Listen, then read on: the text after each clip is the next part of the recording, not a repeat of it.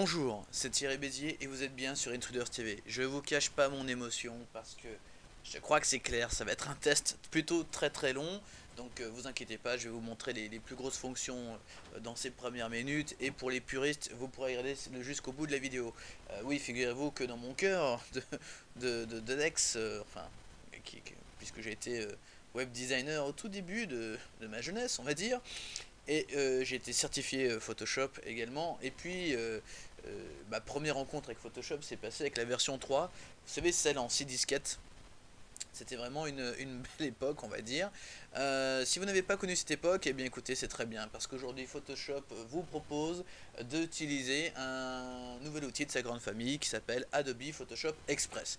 Évidemment, Adobe s'est bien rendu compte que beaucoup de gens téléchargeaient Photoshop de manière illégale, évidemment, pour pouvoir retoucher ses photos. Mais bon, comme vous l'avez remarqué, Photoshop n'est pas vraiment à la portée de tout le monde, et quand vous avez un véritable Photoshop, ça peut être parfois très frustrant de l'utiliser qu'à 1 ou à 2% pour des tâches plutôt simples. Alors évidemment, il y a Photoshop Element, mais Photoshop Element n'est pas si connu que ça du grand public. Ça reste quand même et toujours Photoshop, le programme leader de la retouche d'image dans le monde. Alors, Photoshop propose, alors à grand coup de techno propriétaire désormais, à grand coup de techno, à grand coup de serveurs, et puis à grand coup surtout de la mode du stockage, du partage de photos, etc., nous propose en ligne une édition de Photoshop qui s'appelle Adobe Photoshop Express Beta. Donc, je vous propose tout de suite de voir comment ça fonctionne. Alors, même pas besoin de s'inscrire, vous pouvez tout de suite tester Photoshop Express en cliquant sur Take a Test Drive. Alors, comme vous pouvez le voir, et oui, c'est du flash, on ne change pas ce qui marche. On avait déjà vu sur le marché de l'application en ligne des applications de retouche photo. Évidemment, quand on s'appelle Photoshop Express, on attend énormément de ce logiciel. Alors, quand vous êtes dans votre compte, comme vous pouvez voir, vous avez trois possibilités. Vous pouvez voir vos photos, les éditer, créer des albums et les partager. On avait pu voir ensemble, lorsque nous avions testé un Adobe Bridge, c'est une application R, enfin, qui vous permettait de créer des albums et de partager vos photos avec un espace disque. C'est toute cette partie-là. Pour My Gallery, c'est l'endroit où vous allez pouvoir voir vos albums photos. C'est la partie la plus décevante de Photoshop Express. Et enfin, Browse, qui vous permet de parcourir toutes les galeries, tous les albums de la communauté. C'est plutôt lent, ce n'est pas si intéressant que ça. Allez, on commence tout de suite. On va pas télécharger une photo, hein, c'est tout bête. Vous cliquez là.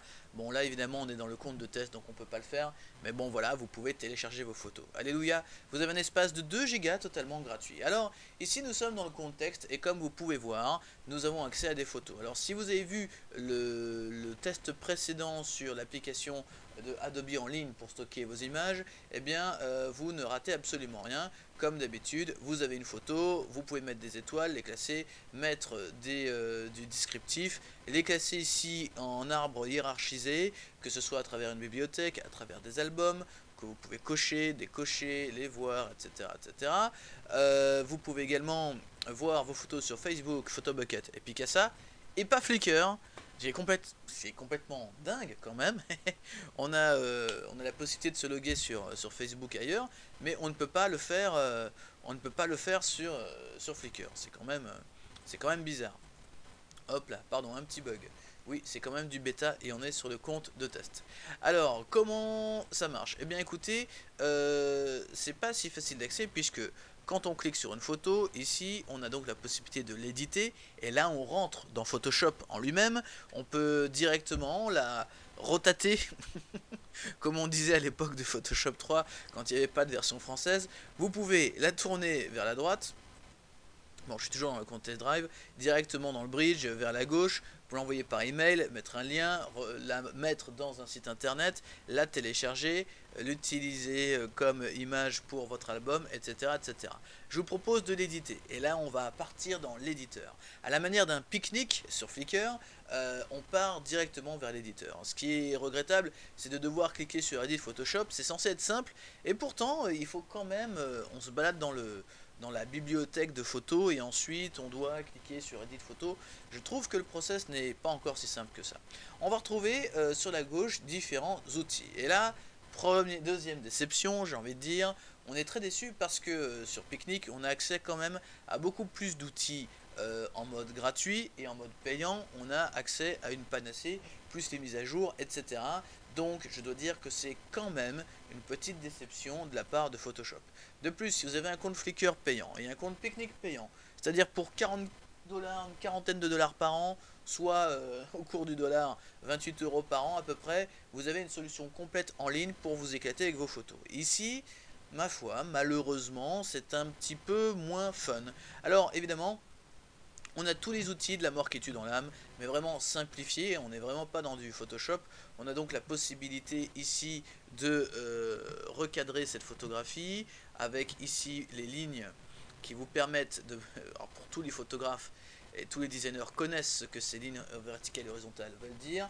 Donc vraiment tous les outils parfaits pour pouvoir recadrer une photo. Alors c'est vrai que c'est plutôt simple. J'ai voulu tenter de voir si les raccourcis clavier fonctionnaient. Malheureusement, ils ne fonctionnent pas sur Photoshop Express, ce qui est bien dommage. Il y a un petit truc, alors c'est vraiment pour les puristes, hein, je vous l'ai dit, on est parti dans un truc de puriste. Sur Photoshop Element par exemple, tous les raccourcis de la version professionnelle fonctionnent. Dommage ici qu'on n'ait pas accès aux raccourcis. Bon bref, j'ai envie de recadrer cette photographie, de la rendre un petit peu plus intimiste ou pas. Je sélectionne mon cadrage, je double-clique dessus et il se passe rien, il faut cliquer sur la petite croix verte ici. Boum, c'est fait. Alors, le gros avantage de Photoshop Express par rapport à Picnic par exemple, c'est véritablement son moteur et ses algorithmes, parce que vraiment c'est du tac au tac, ça répond très très vite, contrairement à Picnic. Allez, autocorrect, c'est vraiment le truc pour les nuls, on veut juste améliorer un petit peu la photographie, voilà, on veut l'améliorer vraiment beaucoup, oui c'est vraiment beaucoup là pour le coup, hop là, je vais revenir juste là-dessus. Je pense que ce réglage n'était pas si mal que ça. Oui, j'y suis. Ou alors je peux cliquer là-dessus également. Dommage que avec l'outil autocorrect par exemple, on ne puisse pas vraiment... Alors là pour le coup, c'est un petit peu lent. Dommage qu'on ne puisse pas vraiment avoir plus de détails sur justement toutes ces modifs. Dommage que l'on ne puisse vraiment pas avoir, que ce soit pas un petit peu plus pédagogique ou didacticiel, ça c'est vraiment dommage. C'est censé être fait pour tout le monde et malheureusement c'est aussi compliqué. Je préfère vraiment Photoshop Element pour tous les amateurs qui connaissent. Bon, je suis d'accord avec ces réglages, je clique sur OK. Je vais pouvoir régler également l'exposition, donc l'exposition pour être plus simple, encore une fois en termes un peu compliqués, pour le grand public, on va dire tout simplement, allez, on va dire la luminosité, ou l'éclairage, je sais pas comment on pourrait traduire ça. Bon, on va pouvoir la baisser ou l'augmenter, ça va vraiment être à vous de choisir ce que vous voulez. Vous pouvez enlever les yeux rouges, si jamais il y avait un problème de yeux rouges, cliquez sur les yeux rouges pour les réparer. Bon, vu qu'elle n'a pas les yeux rouges, on ne peut rien faire de toute manière. Voilà, c'est pas très bon, c'est pas très drôle. On peut également faire le touch up, donc ça veut dire que je peux cliquer à une zone. Tout d'abord, je choisis une taille de brosse, puis ensuite, je vais choisir ici, hop là, une autre partie. C'est super compliqué. Là, on est vraiment. Je voulais lui faire un sourcil à la Emmanuel Chin, mais je crois que ça va pas être possible. Alors, pour que ce soit clair, la partie qui est copiée est celle qui est en rouge. Et la partie que je veux retoucher en fait. Le touch up vraisemblablement, voilà, qui permettrait d'enlever des scratchs, etc., serait l'outil pansement pour tous les puristes Photoshop. Malheureusement, alors voilà, donc j'ai modifié un peu la tâche qu'elle avait sur le nez, mais ça lui a créé une troisième narine, ce qui n'est pas vraiment pratique. Oups, oh mince, et zut, j'ai raté la photo. Bon, vous voyez, c'est pas très pratique. Ensuite, la balance des blancs. Donc ici par contre, là vous voyez, c'est plutôt simple, c'est comme sur un appareil photo, on a l'automatique, on a ensoleillé, nuageux, en intérieur, au tungstène, à la lumière, etc. Bon d'accord, c'est sympa. Ensuite on a la possibilité de rajouter de la lumière, alors comme vous pouvez voir, voilà, bon, on va cramer les couleurs, c'est pas grave. Voilà, on peut également rendre la photo un peu plus nette. Alors je vais aller sur un détail par exemple. C'est vrai qu'elle est un petit peu floue la photo. Donc je vais pouvoir, en passant, vous voyez ici quand je passe la souris sur ces états, la photo change carrément.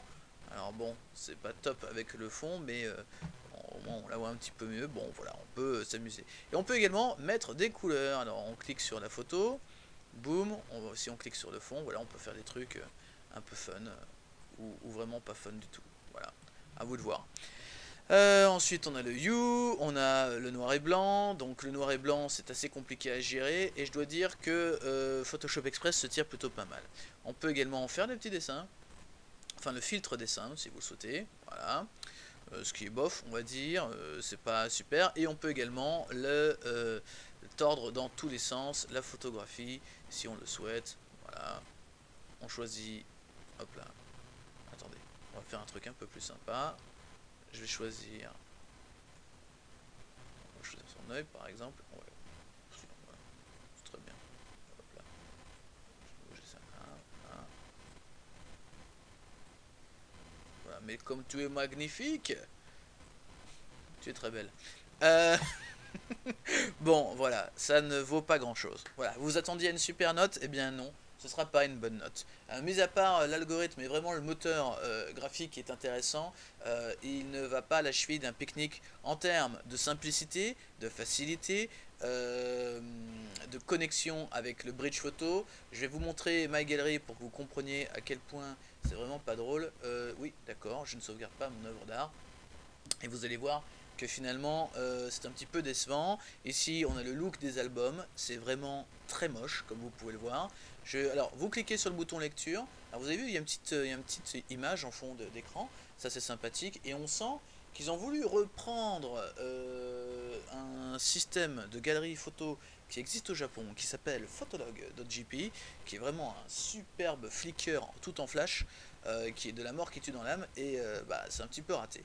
Alors ici c'est en lecture, hein, c'est un diaporama, ici vous pouvez spécifier la vitesse, vous pouvez faire pause, mais vous pouvez également avoir les descriptions en dessous, mais le plus intéressant c'est dans les settings, les paramètres.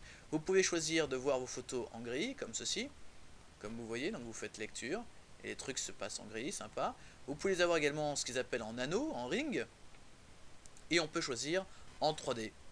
Alors vous voyez les photos, là j'ai dit de passage rapide, alors, elles ne chargent pas très vite. Ça c'est dommage pour un produit Photoshop de ne pas avoir la montée en charge nécessaire pour voir les photos très très nettes. Alors on va améliorer cette durée, voilà, comme ça on peut bien voir les photos bien longtemps. Alors l'effet 3D, j'ai du mal à le trouver. Hein. Cet effet 3D, on le voit plutôt quand quand on met les photos dans ce sens-là et qu'elles vont passer les unes après les autres, voilà.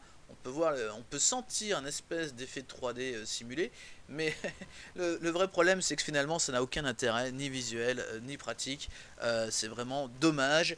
Adobe Photoshop Express, je suis désolé de le dire, bah, c'est pas top. C'est pas si intéressant que ça. Avec Sketch sur Mac ou avec Picnic, avec Flickr, on fait beaucoup mieux. Avec un compte de 2 Go, c'est extrêmement décevant de la part de Photoshop Express, qu'on attendait comme l'arlésienne de l'application en ligne qui tue sa race. On est quand même, je dois dire, assez déçu par la firme Adobe. On notera juste que le seul intérêt très intéressant, mis à part le disque dur gratuit de 2 Go, c'est la possibilité évidemment de pouvoir embarquer sur son site internet les albums, d'avoir des liens, de les envoyer par email, mais ce sont des interactions sociales qui sont beaucoup trop faibles à mon humble avis. C'est pour cette raison qu'on donnera la note à Adobe Photoshop Express de 11 sur 20 quand on voit la concurrence, les petites startups qui font un excellent travail, et quand on est déçu par Adobe Photoshop Express, qui est un Photoshop Express pour les pros ou les semi-pros. On est loin du grand public, on est loin de la simplicité, et on est moins de la logique dans les choix des outils qui sont pour moi pas si pertinents que ça pour l'utilisateur lambda ou même geek que vous êtes. A très bientôt sur Intruders TV, j'attends vos réactions dans les commentaires, et si vous connaissez les autres produits comme Picnic, je pense que vous serez d'accord avec moi. A bientôt.